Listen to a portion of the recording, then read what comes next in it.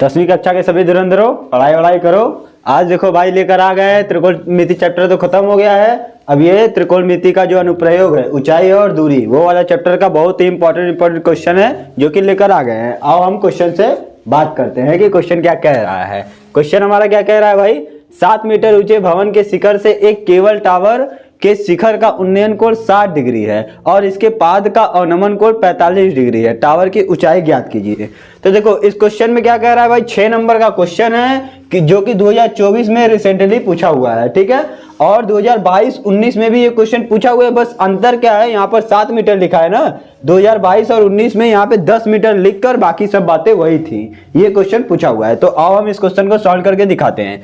7 metre ऊंचा भवन का शिखर से एक केबल टावर के शिखर का उन्नयन कोण 60 डिग्री है और इसके पाद का अवनमन कोण, मतलब कि अगर ये 7 मीटर हमारा क्या है, 7 मीटर का भवन है ना, और केबल टावर मान लो यहाँ पर है तुम्हारा, रुक जाओ, 7 मीटर का यहाँ पे बनाते हैं। केबल टावर मान लो यहाँ पर है मेरा, ठीक है। अब कह रहा है कि यहाँ से इसका जो उन्नयन कोण है, यहाँ से इसका जो उन्नयन कोण है भाई, ये कोण हमको दिया है 60 डिग्री और यहाँ से जो इसका अवनमन कोण है, ये कोण है 45 डिग्री। अब ये दोनों कोण हम बनाएंगे कैसे, ये दोनों कोण हमको क्षैतिज से बनाना पड़ेगा। जैसे कि हम तुमको यहाँ से देख रहे हैं भाई, देखो एकदम सीधा देख रहे हैं क्षैतिज पर। अगर हम अपने आंख को ऊपर उठाएंगे ऐसे, तो ये हमारा उन्नयन कोण बनेगा। अगर हम क्षैतिज से अपने आंख को नीचे ऐसे देखेंगे तो ये हमारा अवनमन कोण बन रहा है, ठीक है। तो ये होता है उन्नयन और अवनमन कोण। तो यहाँ पर कोई यहाँ से हमको देखना है, तो ये हमारा यहाँ से बन गया क्षैतिज। जब ऊपर उसका शीर्ष देखेंगे तो ये हो जाएगा मेरा उन्नयन कोण, और जब नीचे देखेंगे तो यही रेंज से यहाँ पर होगा मेरा अवनमन कोण। क्षैतिज से ये वाला कोण मेरा होगा अवनमन कोण। उन्नयन कोण 60 डिग्री है भाई, अवनमन कोण मेरा है 45 डिग्री, ठीक है। यहाँ से इसके जमीन को मिला देते हैं हम और इसका हम नाम दे देते हैं कुछ ABCD और E। हमसे पूछा क्या है भाई, टावर की ऊंचाई। मान लो माना टावर की ऊंचाई H मीटर है, ठीक है। ये बात लिखना भाई, 6 नंबर का क्वेश्चन है तो एकदम अच्छे से हमको करना है। टावर की ऊंचाई को मैंने, ये मेरा टावर था, इसको मैंने H मान लिया। अब एक बात हम तुम लोग से पूछते हैं, बेसिक बात है। अगर मान लो तुम्हारे पास एक आयत है, ये है तुम्हारा एक आयत, तो इसकी तुमको प्रॉपर्टीज पता है कि नहीं भाई। तुमको सबसे पहले हम एक आयत का प्रॉपर्टी बता देते हैं। देखो ये अगर आयत है जिसका नाम है ABC और D, तो आयत की जो आमने सामने की भुजाएं हैं वो बराबर और समांतर होती हैं। ये बात पता होना चाहिए। ये आमने सामने की जो भुजाएं हैं, ये वाली भुजाएं बराबर और समांतर होती है। इसका मतलब क्या है कि AD समांतर होगा BC के तथा AB समांतर होगा DC के, और उसी प्रकार ये बराबर भी होंगे, मतलब कि AD बराबर होगा BC के तथा AB बराबर होगा DC के। ये आयत की प्रॉपर्टीज है भाई, पता। अच्छा तुम लोग सोच रहे हो अरे ये आयत का बात क्यों बता रहे हैं, इसलिए बता रहे हैं कि यहाँ पर देखो तुम्हारा एक आयत बनेगा ABCD। जो आयत है यहाँ पर देखो 60 मीटर दिया हुआ है, तो AB बराबर होगा DC के। किस प्रकार, आयत के प्रॉपर्टी के अनुसार। तो ये भी होगा मेरा 7 मीटर और BC बराबर होगा AD के। ये कब यूज होगा, क्वेश्चन में यूज होगा। देखो और एक बात बताते हैं भाई, जो कि क्लास 9th का एक टॉपिक है, क्या, एकांतर कोण। अगर 2 रेखाएं समांतर है और तीसरी रेखा इसे काटती है हमको, जैसे एक तीसरी रेखा काट रही है, तो यहाँ पर एक एकांतर कोण बनता है। ये वाला जो कोण है, अगर ये x है तो ये भी x ही होगा। कैसे, एकांतर कोण से, ठीक है। जैसे अगर x की जगह मान लो ये है 45 डिग्री या 60 डिग्री, तो यहां पर भी वो 45 डिग्री ही होगा, ठीक है। कैसे, एकांतर कोण से। कक्षा 9 में ये टॉपिक है भाई, एकांतर कोण वाली। ये एकांतर कोण तभी यूज होगा जब 2 रेखाएं समांतर हो और तीसरी रेखा उसको काटता हो। और एकांतर कोण के पहचानने का तरीका क्या है, बहुत ही आसान तरीका है भाई। देखो जहां कहीं भी तुमको ऐसे जेड बनता हुआ दिखेगा तो यहाँ पे 2 कोण भी दिखेगा। ये दोनों कोण आपस में बराबर होगा। अगर ये x है तो ये भी x ही होगा। अगर ये 30 डिग्री है तो ये भी 30 ही डिग्री होगा, ठीक है। ये हो गया तुम्हारा एकांतर कोण पकड़ने का तरीका। अब आते हैं अपने टॉपिक पर। हमारा टॉपिक क्या है भाई, मान लीजिए इसको h मीटर। अब देखो क्या करेंगे, अब देखो बस सॉल्व करो। अगर सही सही डायग्राम बना लिए तो 6 नंबर का क्वेश्चन में 3 नंबर तुम्हारा डायग्राम बना, समझ लो 3 नंबर तुमको मिल गया। अब बस तुमको हल करना है 3 नंबर के लिए, और हल करते हैं। त्रिभुज ADE में देखो, त्रिभुज ADE में, त्रिभुज ADE में देखोगे, अगर लगाओगे प्रॉपर्टी क्या, tan थीटा वाला। tan थीटा तुम्हारा क्या होगा भाई, tan थीटा, थीटा की जगह 60 डिग्री है, वो होता है लंब बटे आधार। ये लंब बटे आधार क्या होता है, ये त्रिकोणमिति वाले चैप्टर में बताया जा चुका है भाई। ये चैप्टर त्रिकोणमिति का बच्चा है, त्रिकोणमिति इसके अब्बू है, ठीक है भाई। उसका हर प्रॉपर्टी इसमें यूज होगा, जैसे कि किसी भी कोण का मान हो गया, tan थीटा क्या होता है, लंब बटे आधार होता है, ये सब बातें सब त्रिकोणमिति से ही यूज होगा। तो tan थीटा का मान हो गया लंब बटे आधार। लंब मेरा दिया हुआ है ED, और आधार। अगर त्रिकोणमिति नहीं भी पढ़े होगे ना भाई, तब पर भी ये बहुत आसान चैप्टर है, बस क्वेश्चन ही तो लगाना है। अगर डायग्राम बनाए तो क्वेश्चन सॉल्व हो जाएगा। ED बटे में AD हो गया, ठीक है। tan थीटा मतलब tan 60 का मान होता है कर्णी में 3, ये बराबर ED हमको पता है कितना है भाई, ये अगर पूरा h है और ये 7 है, ये पूरा हमारा h मीटर है, इतना 7 मीटर है, तो हम h में से इस 7 को घटाएंगे तो हमको ED मिल जाएगा। मतलब ED क्या हो गया, h माइनस 7 है ना, और बटे में AD है भाई, ठीक है। अब इस AD को इधर भेज कर इसको इधर कर दो, मतलब AD बराबर आ गया h माइनस 7 बटे में कर्णी में 3, इसको मानो समीकरण 1। अब क्या करेंगे, अब देखो त्रिभुज, इस वाले त्रिभुज में देखो भाई, कौन सा त्रिभुज, त्रिभुज ABC में, त्रिभुज ABC में देखोगे तो ये 45 है, तो ये भी कितना होगा 45 डिग्री। कैसे, देखो जेड बन रहा है कि नहीं भाई, यहाँ से देखो A ऐसे वाला जेड बन रहा है ना, ये 45 डिग्री दिया हुआ है, तो एकांतर कोण से ये भी 45 डिग्री होगा। इसी सब का क्वेश्चन में ये सब यूज होगा, दोनों आयत वाला और एकांतर कोण वाला, इसीलिए सब बता दिए भाई।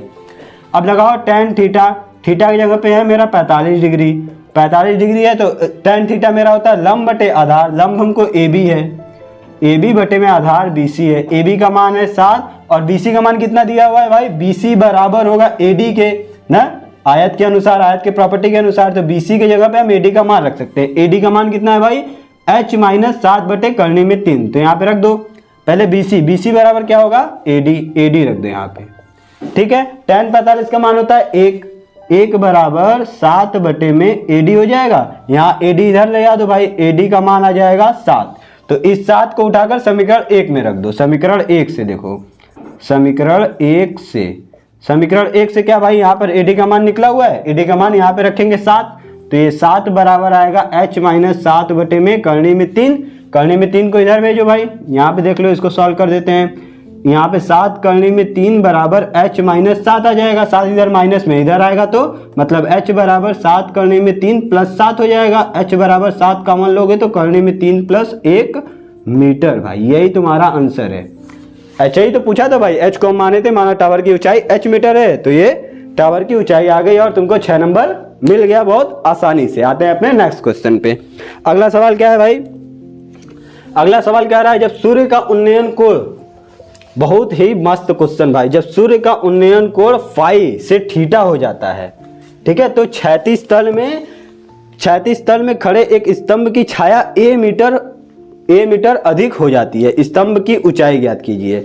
इस क्वेश्चन को भाई देखो कि कितने बच्चे तो इस क्वेश्चन को देखकर इसलिए छोड़ देंगे क्योंकि यहाँ पर ना थीटा का मान दिया है, ना पाई का मान दिया है, ना a मीटर अधिक वो मान दिया है। आंसर सोचेंगे कि आंसर कैसे आएगा मेरा, तो आंसर भाई इन्हीं तीनों के पद में आएगा, इन्हीं तीनों के टर्म में तुम्हारा आंसर आएगा। और कुछ बच्चे तो इसलिए छोड़ देंगे क्योंकि कहेंगे अरे ये सूर्य कहाँ है, और कोई व्यक्ति खड़ा होगा तो उसका लंबाई, परछाई, ये सब मैटर समझ नहीं पाएंगे और डायग्राम भी उसका नहीं बना पाएंगे, इसीलिए कुछ बच्चे ऐसे छोड़ देंगे। अगर छोड़ दोगे तो देखो 6 नंबर तुम्हारा चल जाएगा। और ये क्वेश्चन ट्रेंडिंग में है, मतलब कि 2023 में भी पूछा है, 2024 में भी पूछा है, आने वाला पेपर 2025 है। तो अब इसको सॉल्व करते हैं। देखो क्वेश्चन कह रहा है कि यहाँ पर एक स्तंभ है तुम्हारा, ठीक है, कह रहा है कि स्तंभ का कोण फाई है जब सूर्य मेरा यहाँ पर है। अगर मान लो ये हम सूरज बना दिए, ये तुम्हारा है सूरज, ठीक है, इसका परछाई बनेगा यहाँ से कुछ इस प्रकार परछाई बनेगा। तो यहाँ पर देखो तुम्हारा जो कोण बनेगा, इस वक्त इसका कोण बन रहा है फाई, कह रहा है सूर्य का उन्नयन कोण फाई है, मतलब यहां से तुम देखोगे सूर्य को तो हमारा आंख ऊपर जा रहा है ना, तो फाई वाला कोण बनेगा भाई, उन्नयन कोण। फिर कह रहा है तो क्षैतिज तल में खड़े एक स्तंभ का छाया ए मीटर अधिक हो जाता है जब इसका थीटा अधिक होता है। जैसे कि यहां से अगर सूरज तुम्हारा इधर कहीं आएगा तो इसका परछाई बड़ा हो जाएगा भाई, सोच के देखो एक बार, दिमाग लगाओ ना। अगर यहाँ पे कोई व्यक्ति खड़ा है, सूरज यहाँ, तो परछाई यहाँ बन रहा था। अगर सूरज जब यहाँ से यहाँ आएगा तो इसका परछाई कुछ दूर तक बनेगा, जैसे कि ऐसे बनेगा, है कि नहीं। तो इस वक्त इसका जो कोण दिया है वो है थीटा ना। और परछाई बढ़ा कितना, पहले तो इतना था, पहले मेरा परछाई था यहां से, नाम दे देते हैं ए बी सी। पहले मेरा परछाई बी सी था, अब ए बी परछाई इसका बढ़ गया, जिसको वो बोला है ए। कह रहा है कि ए मीटर उसका परछाई बढ़ जाता है। तो कह रहा है, क्या पूछ रहा है भाई कि स्तंभ की ऊंचाई ज्ञात कीजिए, जिसको हम मान लिए h, यहां पे लिख दो माना स्तंभ की ऊंचाई h मीटर है। स्तंभ की ऊंचाई कितना है भाई, h मीटर है। तो हमको h का मान निकालना है और डायग्राम यही बनेगा। अगर डायग्राम बन गया तो 3 नंबर तो हमारा ऐसे ही सॉल्व हो गया। अब 3 नंबर में कैलकुलेशन करना है, आओ कैलकुलेशन भी कर देते हैं भाई। तो सबसे पहले यहाँ पे देखो त्रिभुज BCD में, देखो त्रिभुज BCD में, त्रिभुज BCD में tan थीटा लगाओ, थीटा की जगह मतलब फाई दिया हुआ है हमारा, तो tan फाई लंब बटे आधार होता है भाई, लंब है DC, आधार है BC। DC कितना है भाई, देखो h है और BC हमको पता नहीं है, ठीक है। देखो अच्छा, हमको आंसर लाना किस में है भाई, थीटा फाई और h के टर्म में। यहाँ पे BC हमको पता नहीं है, तो कुछ बच्चे गलती करेंगे क्या कि कुछ बच्चे इसको x मान लेंगे। ये गलती मत करना, कुछ नया मानोगे तो और वेरिएबल बढ़ेगा, और वेरिएबल बढ़ेगा तो तुम्हारा क्वेश्चन और डिफिकल्ट हो जाएगा। इसीलिए कुछ मानो मत इसको, जो दिया है बस नाम लिख दो। BC दिया है ना, tan फाई है, तो यहाँ BC को इधर बुलाओ, यहाँ से h बटे में tan फाई को नीचे लेके चल जाओ। ये हो गया, इसको मान लो समीकरण 1, ठीक है। अब समीकरण, अब इस त्रिभुज में देखो, त्रिभुज ACD में, त्रिभुज ACD में tan थीटा, थीटा यहाँ पे तो थीटा ही दिया है, tan थीटा होता है मेरा लंब बटे आधार, लंब है मेरा ये CD, आधार अब पूरा हो जाएगा AC, आधार AC, CD है h, और AC क्या होगा भाई, AB प्लस BC होगा ना, AC मेरा होगा AB प्लस BC। और tan थीटा, यहाँ पे tan थीटा रखो इसको। अच्छा यहाँ पे चलो ये क्या करो, AB प्लस BC को इधर बुला दो, AB प्लस BC इधर जाएगा तो h बटे tan थीटा इसके नीचे जाएगा। ये सब तो कैलकुलेशन समझ में आ ही रहा होगा भाई, बेसिक कैलकुलेशन है। तो AB का मान हमको A दिया है, प्लस BC का मान हम यहाँ से निकाले समीकरण 1 से, समीकरण 1 का मान यहाँ रख दो, h बटे में tan फाई, ठीक है। उधर क्या है, h बटे में tan थीटा है, ठीक है, ब्रैकेट में लिख सकते हो समीकरण 1 से। तो यहाँ पे देखो इसको उधर भेजो, A बराबर आएगा h tan theta minus h बटे में tan फाई। अब यहाँ पे h ऊपर देखो कॉमन है, h को कॉमन ले लो, 1 बटे में tan थीटा माइनस 1 बटे में tan फाई। अगर तुमको एक बात पता हो तो बताओ, tan 1 बटे tan थीटा क्या होता है, cot थीटा होता है, तो 1 बटे tan फाई क्या होगा, cot फाई होगा। तो यहाँ पर उसका यूज करो भाई, जो तुमको आइडेंटिटी पता है। यहाँ A बराबर है, A बराबर h, 1 बटे tan थीटा मेरा हो जाएगा cot theta, cot theta minus 1 बटे tan फाई मेरा हो जाएगा cot फाई, है ना। ये हो जाएगा हमको, लेकिन A का मान थोड़ी निकालना है, h का मान निकालना है। तो h का मान निकालने के लिए उन सबको इधर भेजेंगे, तो h बराबर आएगा A बटे में cot theta minus cot phi. यही h है स्तंभ की ऊंचाई। हमको स्तंभ का ऊंचाई ज्ञात करना था भाई ना, तो स्तंभ का ऊंचाई यही होगा, A बटे में cot theta minus cot phi. कहोगे कि ऐसा आंसर थोड़ी होगा, यही आंसर होगा भाई। देखो h A हमको दिया है, A का यूज करना था, आंसर मिलाना था। फाई दिया था, देखो फाई भी मेरा आंसर में है। थीटा दिया था, देखो थीटा मेरा आंसर में, और कुछ नहीं है। अगर थीटा और फाई का मान दे दिया और ए का मान दे दिया तो हम इन तीनों का मान रखेंगे, तब एच का मान भी मेरा निकल कर आ जाएगा। आया समझ में, बहुत इंपॉर्टेंट सवाल था भाई। आते हैं अपने नेक्स्ट क्वेश्चन पर। अगला क्वेश्चन देखो मेरा क्या कह रहा है भाई, एक बहुमंजिले भवन के शिखर से देखने पर एक 8 मीटर ऊंचे भवन के शिखर और तल के अवनमन कोण क्रमशः 30 डिग्री और 45 डिग्री है। बहुमंजिल भवन की ऊंचाई और दो भवनों के बीच की दूरी भी ज्ञात कीजिए। जैसे कि एक बहुमंजिला भवन है भाई, बहुमंजिला मतलब 3 तल्ला 4 तल्ला किसी का घर हुआ, तो वही मतलब 4 तल्ला घर पर से हम क्या कर रहे हैं, एक 1.5 तल्ला घर को देख रहे हैं, मतलब 4 तल्ला भवन है, इसके सामने एक 1.5 तल्ला वाला दूसरा भवन है, इनके बीच, इन दोनों भवनों के बीच की दूरी भी ज्ञात करना है। और कह रहा है कि हाँ देखने पर 8 मीटर, अच्छा ये 1.5 तल्ला जिसका घर है उसकी ऊंचाई कितनी है, 8 मीटर। और फिर क्या कह रहा है, 8 मीटर शिखर और तल का अवनमन कोण क्रमशः 30। अवनमन कोण पूछ रहा है भाई, यहाँ से अगर हम इसको देखेंगे तो कह रहा है कि 30 डिग्री का कोण बन रहा है, और इसके जब तल का अवनमन कोण कह रहा है, कहाँ निकल लिए तल का अवनमन कोण, इधर आइए सर, हाँ ये जो तल का अवनमन कोण मेरा बन रहा है वो कितना है, 45 डिग्री। अब बताओ अनुमान कोण बताएंगे कैसे, बनाएंगे कैसे, क्षैतिज से बनाएंगे, ठीक है, इन्हें की जो कोण दिखा उसको बना दे, क्षैतिज से हमको अनुमान कोण बनाना है, तो मेरा क्षैतिज ऐसे होगा। अच्छा एक बात तुमको बताएं, तो ये तुम्हारे एनसीईआरटी का ही क्वेश्चन है ना, एनसीईआरटी में देखो ऐसा क्वेश्चन है, लगाओगे उदाहरण में, उदाहरण वाला क्वेश्चन लगाओगे तो ये क्वेश्चन तुमको दिखेगा। ये मेरा हो गया क्षैतिज, यहाँ से जो कोण यहाँ से यहाँ ये ऊपर वाला बन रहा है वो दिया है हमको 30 डिग्री, और यहीं से जो इसका कोण बन रहा है वो दिया है हमको 45 डिग्री। अब हम यूज करेंगे यहाँ पर एकांतर कोण वाली बात। एकांतर कोण से देखो हमको कहाँ जेड कहाँ बनता हुआ दिखाई दे रहा है। अगर 30 डिग्री की बात करोगे तो ऐसे जेड बनता हुआ दिखाई दे रहा है, ये देखो जो नीला गया फिर लाल गया फिर ये नीला, मतलब यहाँ पर 30 डिग्री का कोण बनेगा। 45 डिग्री के लिए ये पूरा नीला ये पूरा लाल फिर नीला, मतलब ये वाला मेरा 45 डिग्री कोण बनेगा, जेड बन रहा है ना। इसीलिए भाई तुमको एकांतर कोण वाली बात बता दिए पहले ही, क्योंकि क्वेश्चन में यूज हो रहा है। तो देखो ये अगर डायग्राम बन गया तो तुम्हारा 3 नंबर क्वेश्चन ऐसे ही सॉल्व हो गया। नाम दे दो ABCDE। अब बस क्वेश्चन कैलकुलेट करना। हाँ पूछा क्या है हमसे कि ऊंचाई ज्ञात कीजिए बहुमंजिले भवन और भवनों के बीच की दूरी। बस यहाँ पे एक लाइन लिख दो, माना भवन की ऊंचाई h मीटर तथा उनके बीच की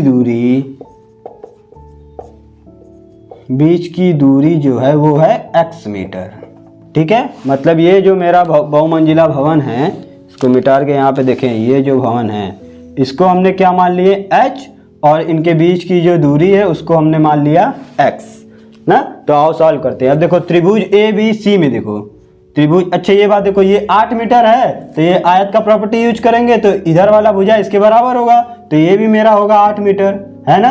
अब ये पूरा h है, इतना 8 मीटर है, तो ये इत्तू सा भाग जो होगा वो क्या होगा, पूरे में से इत्तू से भाग को घटाओ तो h माइनस 8 मीटर हो जाएगा ये, है ना। तो बस सॉल्व करो। त्रिभुज ABE में, त्रिभुज ABE में देखोगे तो tan थीटा लगाना है। ज्यादातर भाई इस चैप्टर में tan थीटा ही यूज होगा। जो भी बच्चा इस चैप्टर को पढ़ेगा उसको तो tan थीटा का सब मान याद होगा। tan 30 का मान क्या होगा, tan 60 का मान क्या होगा, tan 45 का मान क्या होगा, ये तीनों मान तो उसको एकदम याद ही हो गया होगा, क्योंकि tan थीटा ही यूज हो रहा है 30, 45, 60। तो आओ tan थीटा, थीटा की जगह पे 30 डिग्री है, 30 डिग्री बराबर क्या है, AB बटे में B, लंब बटे में आधार होता है भाई, ये बातें तो पता ही होगी। AB मेरा दिया है h माइनस 8, B हमको दिया है तो B यही होगा, B बराबर CD होगा, आयत का प्रॉपर्टी भाई, तो x होगा यहाँ पर ना, ब्रैकेट में लिख दो, चूंकि B बराबर CD, ठीक है।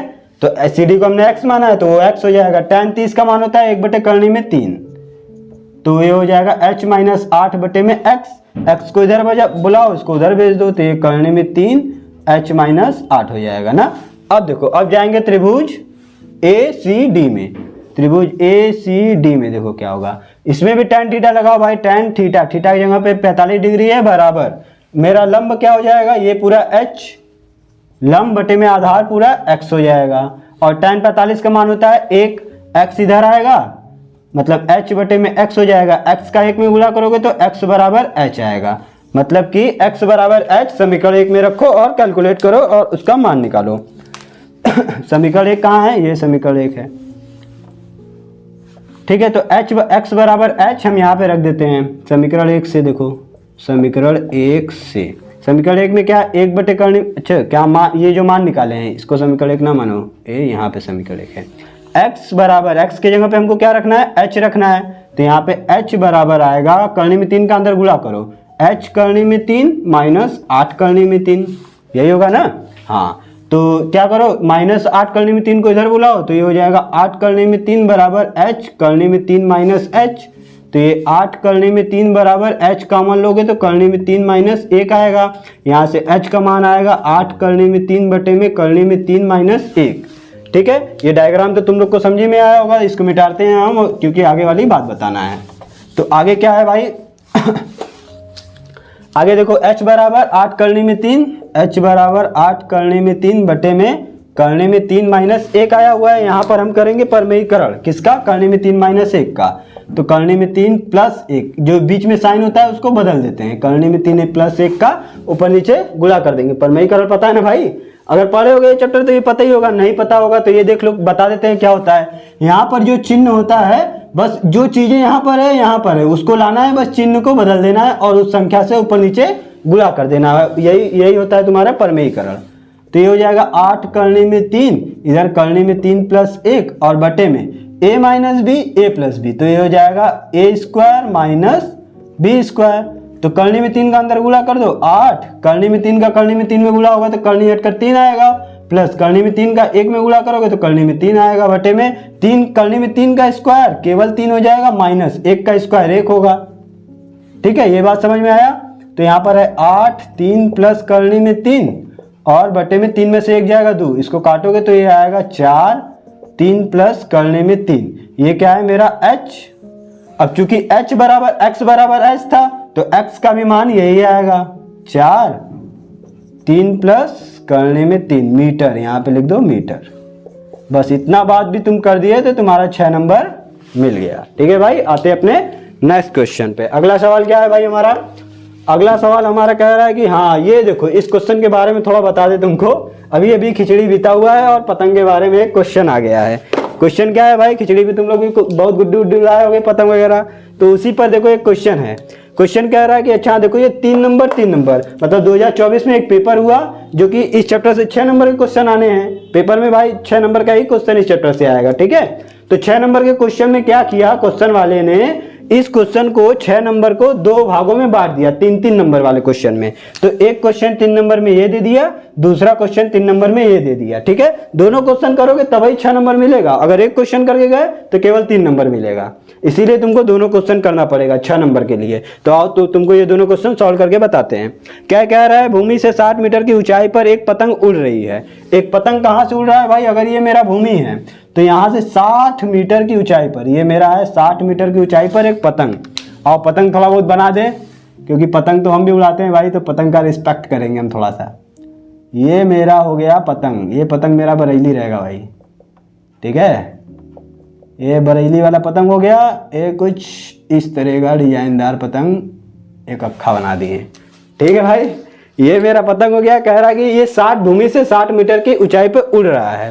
फिर क्या कह रहा है, पतंग में लगी डोरी को अस्थायी रूप से भूमि के एक बिंदु से बांध दिया गया है। मतलब जो डोरी यहाँ से कोई बंदा उड़ा रहा है तो यहाँ से यहाँ पे इसका कन्ना बना होगा, मतलब डोरी हुआ है, ये इसका डोरी हो गया। कह रहा है कि एक बिंदु से इसको बांध दिया गया है। ठीक है, बांध दिया गया है। भूमि के साथ डोरी का जो झुकाव है, इस डोरी का जो भूमि के साथ, इसके साथ जो ये झुकाव है वो दिया है हमको 60 डिग्री। 60 डिग्री का यह मानकर कि डोरी में कोई ढील नहीं है, डोरी की लंबाई ज्ञात कीजिए। बस यहाँ पे लिख दो माना डोरी की लंबाई L है, L मीटर है। डोरी की लंबाई कितना है भाई, L मीटर, मतलब ये L हो जाएगा। नाम दे दो A B C, तो डोरी की लंबाई L मान लिए। तब करेंगे कैसे भाई, देखो अच्छा, ऐसा त्रिकोणमितीय अनुपात बताओ जिसमें कि लंब और कड़ आता हो। त्रिकोणमितीय अनुपात ऐसा बताओ जिसमें लंब और कड़ आता हो, तो वो आता है साइन थीटा में ना। त्रिभुज ABC में साइन थीटा लगाएंगे तो थीटा की जगह पे 60 डिग्री है भाई, वो होता है लंब। लंब मतलब कि BC बटे में कड़ मतलब कि AC। लंब हमको दिया है 60 मीटर और कड़ दिया है L तो निकालना है। साइन 60 का मान होता है भाई करने में 3 बटे में 2 बराबर 60 डिग्री बटे में L को इधर भेजो, तो ये 60 गुणे 2 बटे में करने में 3 हो जाएगा। तो परमेयीकरण कर दो, करने में 3 का ऊपर नीचे गुणा कर दो। क्योंकि अच्छा ऐसा क्यों कर रहे हैं भाई, क्योंकि करनी में नीचे, मतलब अगर हर में करनी में संख्या लिखा हुआ है तो उसका आंसर ना थोड़ा शोभा नहीं देता है, इसीलिए शोभा देने के लिए करनी में 3 का ऊपर नीचे गुणा करके परमेयीकरण कर देते हैं। ठीक है, तो L का मान आ जाएगा 120, 60 गुना 120, करनी में यहाँ पे करनी में 3 आ जाएगा। करनी में 3 का करनी में 3 गुणा करोगे तो करनी हटेगा, बचेगा 3 से इसको काटो, L का मान आ गया 40 करनी में 3 मीटर। तो यही हो गया तुम्हारा आंसर भाई, 3 नंबर इस पर मिला।